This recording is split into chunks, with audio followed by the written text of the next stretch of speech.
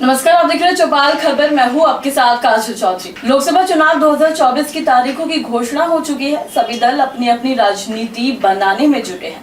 आज बात बिहार के पूर्व मुख्यमंत्री कर्पूरी ठाकुर के जन्म और कर्मभूमि समस्तीपुर की करेंगे, जहां चौथे चरण में 13 मई को चुनाव होना है।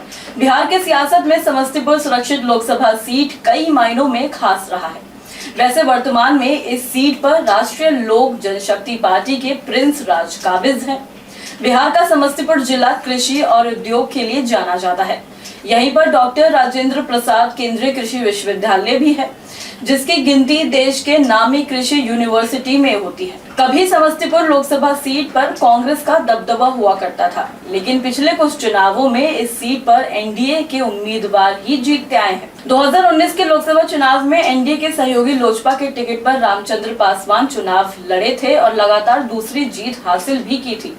2019 के चुनाव में राम प्रसाद पासवान को 5,62,443 वोट मिले थे। बता दें, 2024 लोकसभा चुनाव के लिए चिराग पासवान ने शनिवार को अपनी पार्टी के 5 उम्मीदवारों की आधिकारिक तौर पर घोषणा कर दी है। लोक जनशक्ति पार्टी रामविलास की तरफ से 5 उम्मीदवारों की लिस्ट जारी हुई है, जिसमें बिहार सरकार के मंत्री अशोक चौधरी की बेटी सांवी चौधरी को भी मौका दिया गया है। सांवी चौधरी को समस्तीपुर सुरक्षित सीट से उम्मीदवार बनाया गया है। बता दें, सांवी चौधरी पूर्व आईपीएस अधिकारी आचार्य किशोर कुणाल की बहू है। उनके बारे में पहले जमुई से चुनाव लड़ने की चर्चा थी। हालांकि अब चिराग पासवान ने इन्हें समस्तीपुर सुरक्षित सीट से उम्मीदवार घोषित किया है। सांवी पहली दफा राजनीति में अपना कदम रख रही हैं। बता दें, टिकट मिलने के बाद सांवी ने पिता के गले लगाकर अपनी खुशी जाहिर की और इस दौरान वह भावुक होती नजर आई। उनका ये वीडियो तेजी से सोशल मीडिया पर भी वायरल हो रहा है, जहां वह दौड़कर आती हैं और पिता को गले लगा लेती हैं और फिर उन्हें गले लगाकर रोने लगती हैं।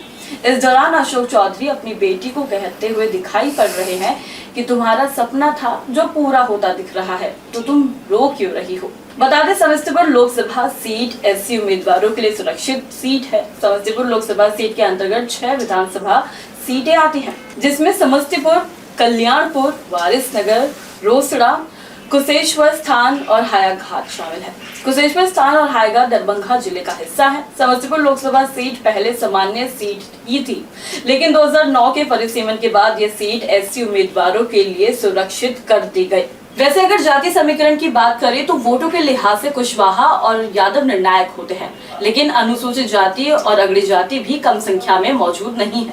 इसके अलावा अगर मुस्लिमों की बात करें तो वो भी कम संख्या में नहीं है, जिससे उनका मत हासिल करने के लिए सभी पार्टियां यहाँ पूरा जोर भी लगाती दिखाई देती हैं। तो ये था समस्तीपुर लोकसभा सीट का जातिगत समीकरण। इसके लिए आप क्या सोच रहे हैं, हमें कमेंट सेक्शन में जरूर बताएं और ऐसे ही खबरों के लिए देखते रहे चौपाल खबर। धन्यवाद।